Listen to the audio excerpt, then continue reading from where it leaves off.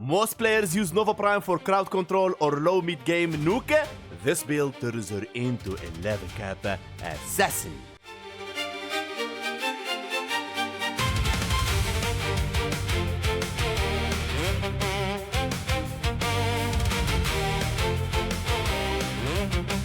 Do not break. Nova Prime burning bright. 11 cap enters wide. Feel past and rise. Wrathful advance through the skies. Never Prime's debuff. Wrathful advance. 11 cap the void remembers. Ancient shadows pull away. 11 cap do not break.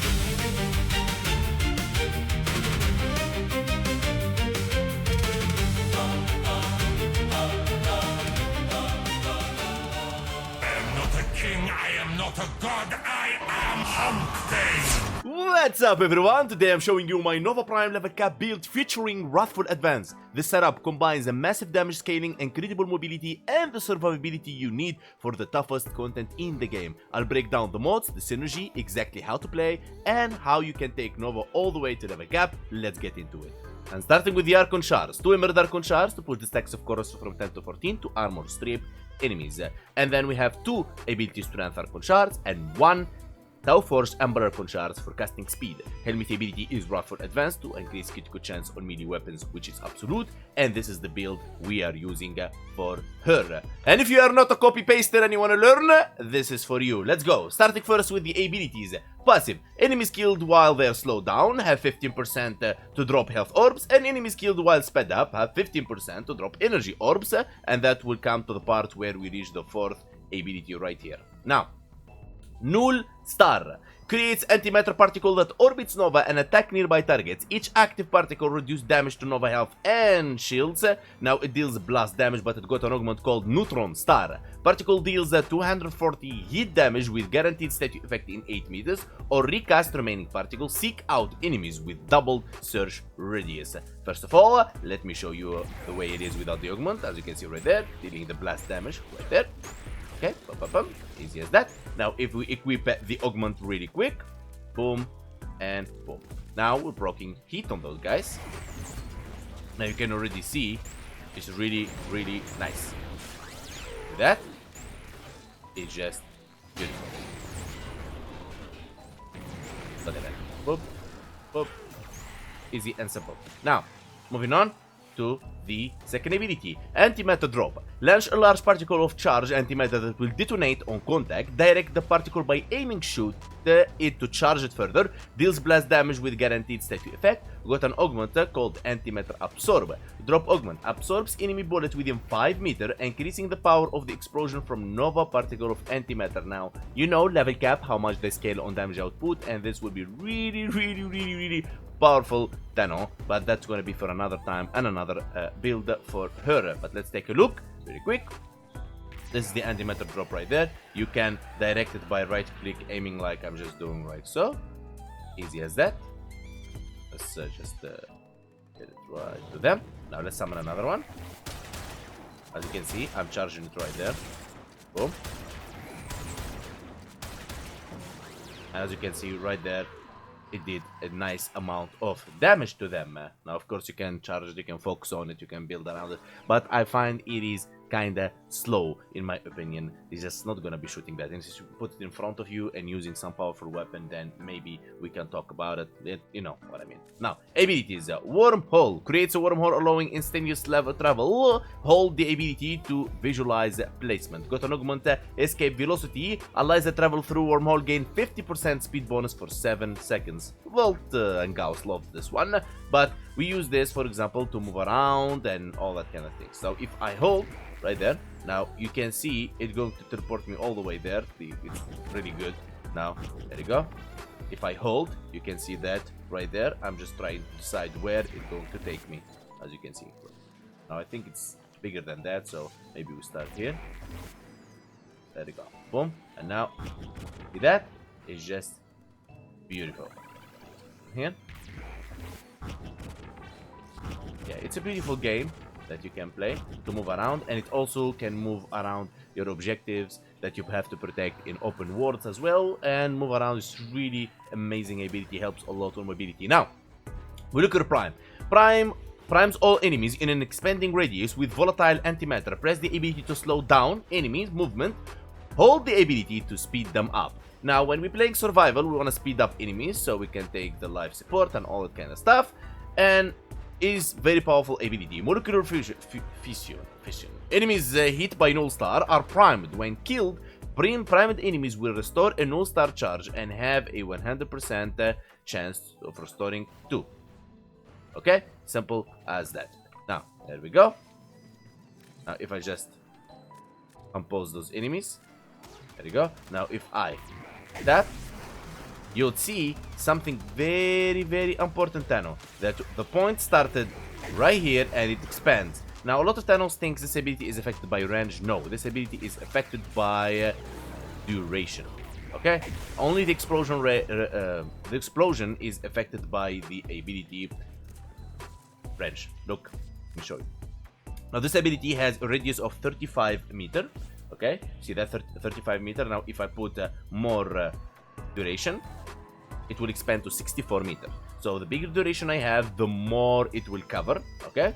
Now, if I put range, for example, you'd see it will not affect the 35 meter radius, but it will affect the explosion radius. Okay? Think about it in that way. Now, of course, building Nova can be in many different styles. You can build it as a support, you can build a low mid-game nuke, you can build it in many different ways, but in my channel, we build things in many different ways every time we take it to level cap, so this time it's Wrathful Advance. And how you play her is really simple and easy, Tano. It's not too complicated. Let's summon some enemies. Boom, boom, boom. Depends on what augment you want to use and so on and so on. You activate the first ability. Always you want to have it active, okay? And then if you want to teleport from area to area, you activate the gates right here, okay? Then you throw the second ability. You try to get as much damage in it possible. Like so. It's like the ability must be always in front of you, Thanos. Alright? And you pretty much killed them all. Okay, now you want to slow them or speed them.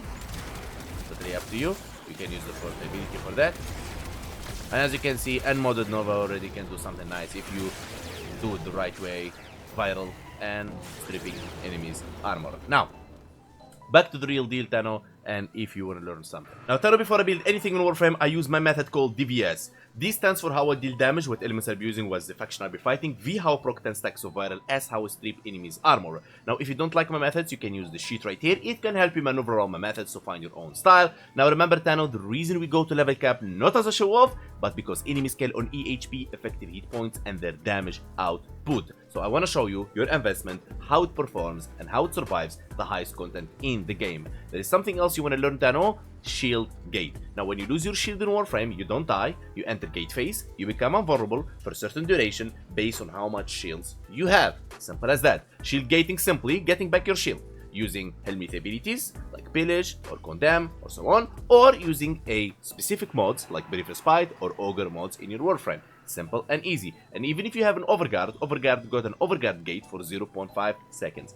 But here is what Thanos doesn't know. Now, when you, Thanos, lose all your shields, you will need 4 seconds to regenerate, and the cap of shield gate is 2.5 seconds. And if you lose some of your shields, you will need 1 second to start to regenerate, and you will never be able to regenerate shields while you're taking damage unless you're using the Arcane Aegis or the Grimoire techniques. They ignore that part, all of it. Now, then when we go back to the build really quick, and we will see Brief Respite that we're going to use for shield gating. The energy you consume will be converted into shields. Prime Sure-Footed, don't let her frighten you. Use the normal Sure-Footed or Handspring mod. Easy as that. Low to mid game, you don't really worry about this. Your damage reduction from the first ability will carry you through, no problem. Primed Continuity and Primed Flow, you can use the normal Continuity and the normal Flow. I know there is a lot of Destiny 2 players coming to the game, and a lot of things they don't have yet, but you will eventually. So what you prefer? A build that is you can build and get there, or a build that you have to change every time enemies get tougher?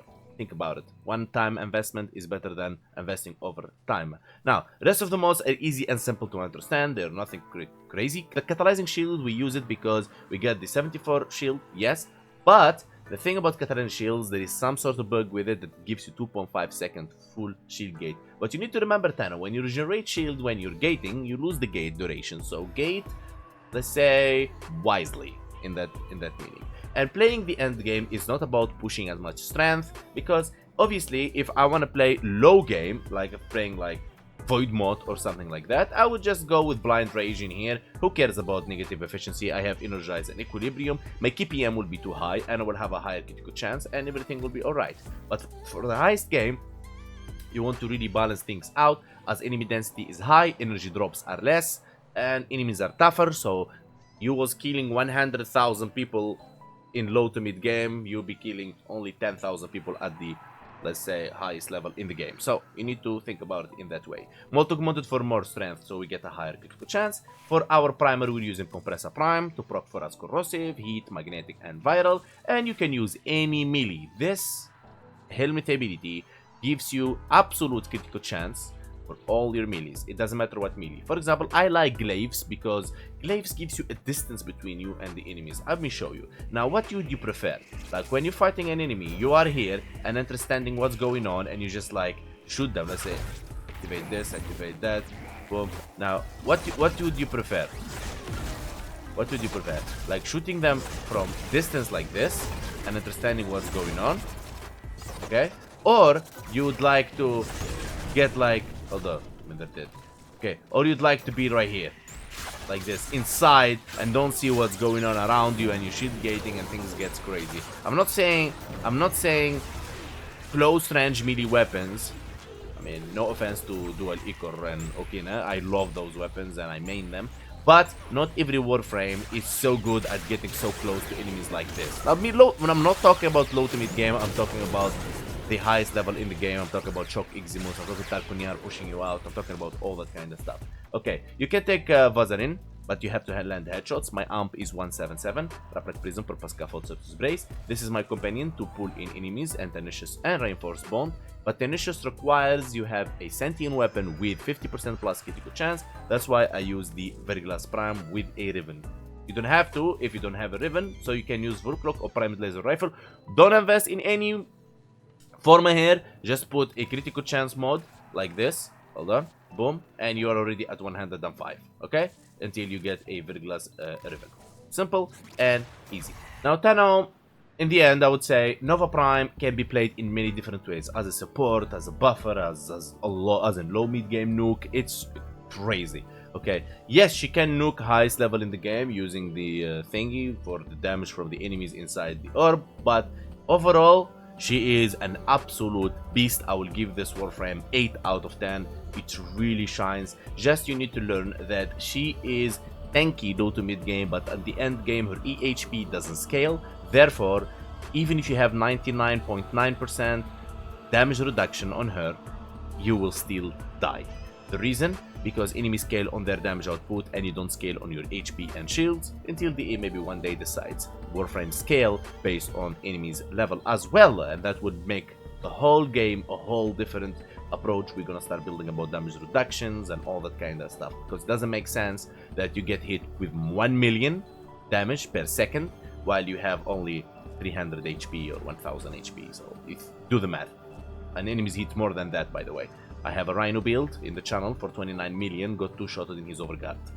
It's not that big deal. So, let me know in the comments below if you find this video helpful. Special thanks to all members, special VIPs, and this video donators, horror donations, every my community, and the viewer of the month, and the top bids. And I'll see you guys next time. Join our Discord, link in the description, and follow me on Twitch, Instagram, TikTok, Twitter, and Facebook page. I'm forever grateful for your support. I'll see you next time.